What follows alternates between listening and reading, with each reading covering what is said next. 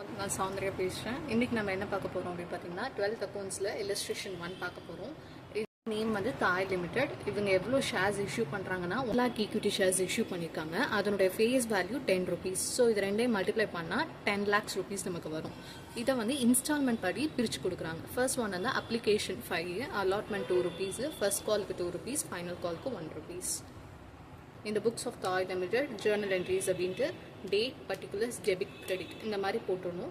First one வந்து நம்மளுக்கு இனிஷியலாக பப்ளிக் கிட்ட இருந்து பணம் ரிசீவ் பண்ணுவோம். அதுக்கு பேர் தான் பேங்க்னு சொல்கிறோம்.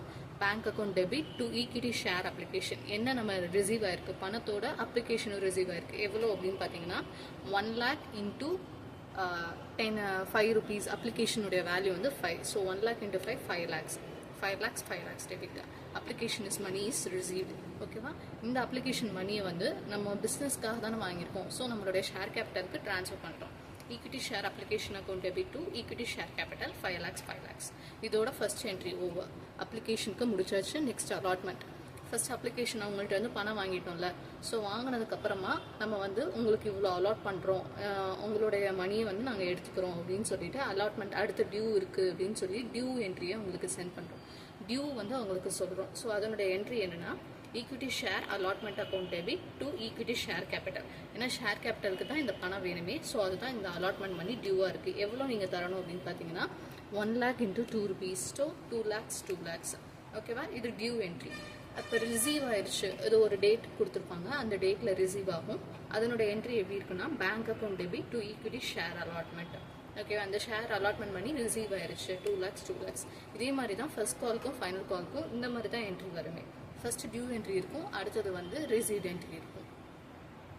நெக்ஸ்ட் அப்ளிகேஷன் பார்த்துட்டோம், அலாட்மெண்ட் பார்த்துட்டோம். ஃபர்ஸ்ட் கால் அப்படின்னா இது வந்து 3வது இன்ஸ்டால்மெண்ட் என்ட்ரி.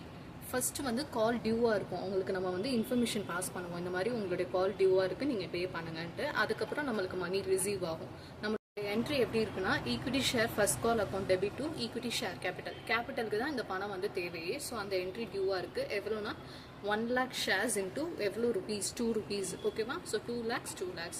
இப்போ இது வந்து டியூ என்ட்ரி. ரிசீவ் என்ட்ரி எப்படின்னா bank account debit to equity share first கால் வந்து ரிசீவ் ஆயிடுச்சு அப்படிங்கிற என்ட்ரி தான். நரேஷன் வந்து ரிசீவ்டு அப்படின்னு போட்டுக்கணும். Final call first call money is received அப்படின்னு போட்டுக்கணும். ஸோ இதோட first call entry over. Final call entry என்னன்னா இதுதான் லாஸ்ட் கால். இதுக்கப்புறம் வந்து இந்த ஷேர்ஸ்க்கு நாங்கள் கேட்க மாட்டோம் அப்படின்னு சொல்கிறது தான். So equity share final call account debit to equity share கேபிட்டலுக்கு தான் இந்த அமௌண்ட் டியூவாக இருக்குது அப்படின்னு சொன்னோம். 1 lakh shares into 1 rupees. So 1 lakh into 1 lakh. Final call வந்து டியூவாக இருக்குது. நெக்ஸ்ட் வந்து ஃபைனல் கால் வந்து ரிசீவ் ஆனதுக்கு என்ட்ரி வந்து ரிசீவ்னா பேங்க் சொல்லுவோம். So bank account debit to share final call 1 lakh. இதோட இந்த சம் ஓவர் ஆகுது. Okay, thank you.